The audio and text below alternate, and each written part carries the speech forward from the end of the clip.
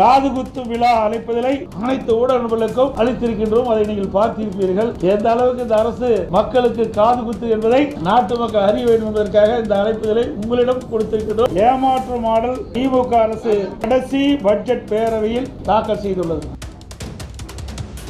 225 அறிவிப்புகள் வெளியிட்டாங்க. 4 ஒரு அறிவிப்பு கூட நிறைவேற்றவில்லை. அதுல முக்கியமான பல அறிவிப்புகள் அரசு ஊழியர்களுக்கு பழைய ஓய்வு திட்டத்தை நிறைவேற்ற என்று சொல்லி, ஆனா அதுக்கு மாறாக பங்களிப்பு ஓய்வு திட்டத்தை தான் அறிவிச்சிருக்கிறார். சத்துணவு அமைப்பாளர் பகுதி நேர ஆசிரியர்களுக்கு செவிலியருக்கு நாங்கள் நிறைவேற்றல. தமிழகம் ஒரு போராட்ட களமாக மாறி இருக்கிறோம். 1,22,000 கோடி பற்றாக்குறைக்கு சொல்றாங்க. திருத்தம் இன்னும் குறை இருக்கு. இவ்வாறு நிதி பற்றாக்குறை அதிகரித்துக் கொண்டே சென்றால் அதை ஈடு செய்ய மக்கள் மீது வரிச்சுமை மற்றும் கடன் வாங்கும் அளவு கூடும். இது மாநில வளர்ச்சிக்கு உகந்ததல்ல. இடைக்கால நிதிநிலை அறிக்கையை சட்டமன்றத்தில் தாக்கல் செய்துள்ளது. கடந்த 5 ஆண்டுகளாக தமிழக மக்களை வாட்டி வைத்த திராவிட மாடல் என்ற பெயரால் நடத்தப்பட்ட ஏமாற்று மாடல் திமுக அரசு தனது கடைசி பட்ஜெட் பேரவையில் தாக்கல் செய்துள்ளது. இன்று காலை நாங்கள் தமிழ்நாடு சட்டமன்றத்தில் மாபெரும் காதுகுத்து விழா அழைப்பதிலை அனைத்து ஊடகங்களுக்கும் அளித்திருக்கின்றோம். அதை நீங்கள் பார்த்திருப்பீர்கள்.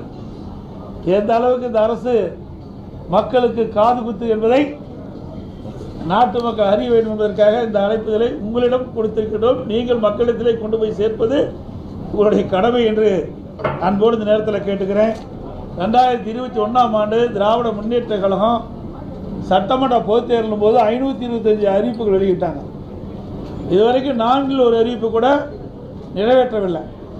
அதில் முக்கியமான பல அறிவிப்புகள் இன்றைக்கு அரசு ஊழியர்களுக்கு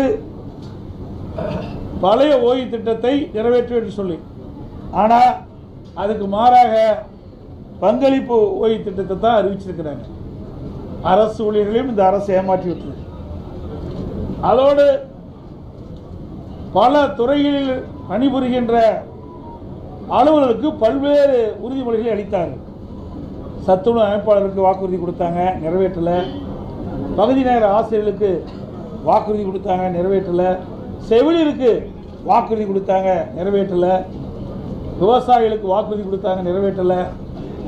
இப்படி பல துறையில் இருக்கின்ற அலுவலர்களுக்கு கொடுக்கப்பட்ட வாக்குறுதியை நிறைவேற்றவில்லை என்று எல்லோருமே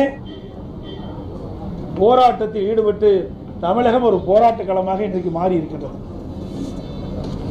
கடந்த 5 ஆண்டுகளைப் போல இந்த ஆண்டு இடைக்கால நிதிநிலை அறிக்கையும் வார்த்தை ஜாலங்கள் நிறைந்த மேனா மினுக்கி உரையாகத்தான் இருக்கிறதே தவிர உருப்படியாக எதுவும் இல்லை. 25-26 நிதிநிலை அறிக்கையில் வருவாய் வரவுகளில் மாநிலத்தின் சொந்த வருவாய் 2.58 லட்சம் என்று எதிர்பார்த்த நிலையில் திருத்திய மதிப்பீட்டின்படி மாநில சொந்த வருவாய் 2.32 லட்சம் கோடியாக குறைந்துள்ளது. சுமார் 26,000 கோடி வருவாய் குறைந்துள்ளது. அதேபோல மத்திய அரசின் மீது குற்றம் சுட்டும் நிதியமைச்சர் மாநிலத்தின் சொந்த வருவாய் 26,000 கோடி குறைந்துள்ளது பற்றி எந்த விளக்கமும் அவையில் தெரிவிக்கவில்லை. வரவு செலவு 2025-26ஆம் ஆண்டு 66,753 கோடி செலவிடப்படும் என்று கணித்த நிலையில் திருத்திய மதிப்பீட்டில் இதுவரை 51,442 கோடியாக, அதாவது சுமார் 15,000 கோடி குறைந்துள்ளதற்கு நிதியமைச்சர் எந்த காரணத்தையும் கொண்டு விளக்கவில்லை. நிதி பற்றாக்குறை 24-25 96,000 கோடி என்று கணித்த நிலையில் இந்த கணக்கின்படி அது 1,01,000 கோடியாக, அதாவது 5,000 கோடி அதிகரித்துள்ளது. 2025-26ஆம் ஆண்டு 1,08,000 கோடியாக நிதி பற்றாக்குறை இருக்கும் என்று கணிக்கப்பட்ட நிலையில் திருத்திய மதிப்பீட்டில் இது 1,24,000 கோடியாக உயர்ந்துள்ளது. அதாவது நிதி பற்றாக்குறை சுமார் 16,000 கோடி அதிகரித்துள்ளது. 2026-27 இடைக்கால பட்ஜெட்டில் நிதி பற்றாக்குறை 1,22,00,000 கோடியாக இருக்கும் என்று குறிப்பிட்ட நிலையில் திருத்திய மதிப்பீட்டில் கண்டிப்பாக இது உயரும். இந்த ஆண்டு நடப்பாண்டு 2026-27 1,22,000 கோடி பற்றாக்குறைன்னு சொல்கிறாங்க. திருத்திய மதிப்பீடு இன்னும் குறை இருக்குது. இவ்வாறு நிதி பற்றாக்குறை அதிகரித்து கொண்டே சென்றால் அதை ஈடு செய்ய மக்கள் மீது வரிச்சுமை மற்றும் கடன் வாங்கும் அளவு கூடும். இது மாநில வளர்ச்சிக்கு உகந்ததல்ல. திரு ஸ்டாலின் ஆட்சி வந்தவுடன் திரு ரகுராமன் ராஜன் அவர்கள் தலைமையில் நிதி மேலாண்மை குழு அமைத்து மாநில நிதிநிலை சீர் செய்யப்படும் என்று சொன்னாங்க. இதுக்கு ஒரு நிபுணர் குழு அமைச்சாங்க. இந்த நிபுணர் குழு அமைத்த பிறகுதான் அதிக கடன் வாங்கியிருக்கிறார் தமிழ்நாட்டில். ஆனால் இன்றைய நிதி நிலைமையோ மாநிலத்தின் கடன் உயர்ந்தும் மக்கள் மீது வரிச்சுமை மற்றும் கடன் சுமை அதிகரித்துள்ள தவிர வேறொன்றும் இந்த அரசில் சாதனை எதுவும் இல்லை. எனவே தான் திரு ஸ்டாலின் இன்றைக்கு நாம் குறிப்பிடுவது பொம்மை முதலமைச்சர், நிதி நிர்வாக திறனற்ற அரசு என்று குற்றம் சாட்டுகிறோம். இன்றைய மாநில நிதிநிலை அறிக்கையிலும் வேளாண் துறை நிதிநிலை அறிக்கையும் ஏறத்தாழ சுமார் 5 மணி நேரம் 2 அமைச்சர்களும் உரை நிகழ்த்தினார் தவிர வரவு செலவு திட்டம் பற்றி உருப்படியாக எதுவும் இல்லை. குறிப்பாக சொல்ல வேண்டுமென்றால் இந்த 5 ஆண்டு காலத்தில் இந்த அரசு என்ன பணிகளை செய்தார்களோ அதை வரிசைப்பற்றி அடுக்கி வார்த்தைகளுக்கு அழகு கூட்டி சாதனை என்ற பெயரில் படித்தார்களே தவிர வேறு ஒன்றும் இல்லை. இன்றைக்கு வேளாண் பட்ஜெட் என்று விவசாயிகளை ஏமாற்றிட்டு ஒரு பட்ஜெட்டை போட்டிருக்காங்க. இந்த பட்ஜெட்டில் பார்த்தீங்கன்னா பல துறைகள் அடங்கி வேளாண் பட்ஜெட். இதில் பால்வளத்துறை, மீன்வளத்துறை, உணவுத்துறை, கூட்டுறவுத்துறை, உள்ளாட்சியில் கிராமப்புற சாலைகள், கால்நடைத்துறை, இப்படி பல துறைகளுக்கு ஏற்கனவே ஒவ்வொரு துறைக்கும் ஒரு மானியம். அது ஒவ்வொரு துறைக்கும் ஒரு அமைச்சர் இருக்கிறாங்க. அந்த அமைச்சர் அப்பப்போ மானிய கோரிக்கை வருகின்ற பொழுது அந்த கருத்தை சொல்வார். இதையெல்லாம் உள்ளடக்கி தான் வேளாண்மை துறை. வேளாண்மை துறை என்பது ஒரு தனி துறையாக இருக்க வேண்டும். அதில் நீர்வளத்துறையும் சேர்த்துக்கிட்டாங்க. இப்படி விவசாயிகளை ஏமாற்றுகின்ற ஒரு பட்ஜெட் தான் வேளாண் பட்ஜெட் என்பது இந்த நேரத்தில் தெரிவிக்கிறேன். அது மட்டுமல்ல, மொத்தத்தில் விடியா திமுகவின் நிதிநிலை அறிக்கை அத்திப்பழம் வெளியே அழகாக இருக்கும். அத்திப்பழம் வெளியே அழகாக இருக்கும், புட்டு பார்த்தால் உள்ளே சொத்தையாக இருக்கும் என்பதற்கு உதாரணமாக இந்த நிதிநிலை அறிக்கையில் உள்ளன. வேற என்ன இருக்கு?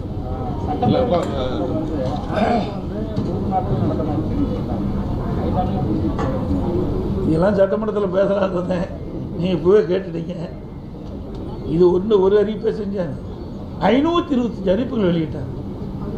அதில் 1/4 அறிவிப்புகள் தான் நிறைவேற்றிருக்கிறாங்க. எஞ்சிய அறிவிப்புகள் நிறைவேற்றப்படல. இதற்கு வெள்ளை அறிக்கை வெளியிட வேண்டும் என்று நான் அடிக்கடி குறிப்பிட்டேன்.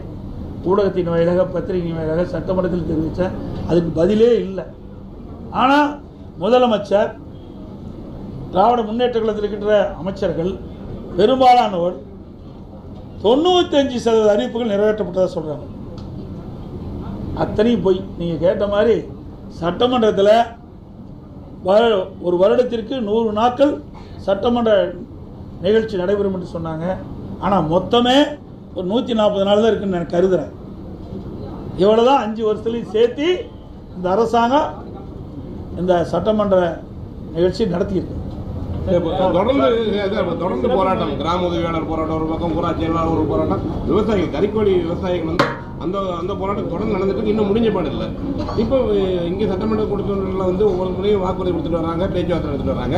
இப்போ நீங்கள் இப்போ எதிர்க்கட்சி சார்பாக நீங்கள் அந்த போராட்டத்தில் ஈடுபடுறவங்களுக்கு என்ன ஆதரவு தர போகிறீங்க? ஏற்கனவே இது குறித்து சட்டமன்றத்தில் நான் கவன ஈர்ப்பு கொண்டு வந்து இந்த அரசுடைய கவனத்துக்கு கொண்டு வந்தேன். அப்படி கொண்டு வந்தும் இந்த அரசு அந்த கறிக்கோழி வளர்க்கின்ற அந்த விவசாயிகளுக்கு எந்த உதவியும் செய்யலை, எந்த நடவடிக்கை எடுக்கலை. இன்றைக்கு அந்த கறிக்கோழி கொள்முதல் செய்கின்ற அந்த நிறுவனத்திற்கு தான் இவர்கள் உதவியாக இருக்காங்க. இதில் பல்லாயிரக்கணக்கான விவசாயிகள் இந்த கறிக்கோழி வளர்ப்பில் ஈடுபட்டுருக்கிறாங்க. அவரெல்லாம் போராட்டம் நடத்தி அந்த போராட்ட நடத்துக்கெல்லாம் கைது பண்ணியிருக்கிறாங்க. இப்போ தான் விடுதலை ஜாமீன் வந்திருக்கிறாங்க. அதெல்லாம் ஒரு சாதாரண விவசாய குடும்பத்தை சேர்ந்தவர்கள். இது அவருடைய வாழ்வாதாரம். இந்த கறிக்கோழி வளர்த்தி தான் குடும்பத்தை நடத்த வேண்டிய சூழ்நிலை இருக்கின்ற காரணத்தில் இன்றைக்கு அதனுடைய கறிக்கோழி வளர்க்கின்ற பொழுது அதனுடைய செலவு அதிகரித்து விட்டது. அது புள்ளிவிவரமாக கொடுக்குறாங்க. அதற்கு உண்டான தொகை அதிகரித்து தான் கேட்குறாங்க.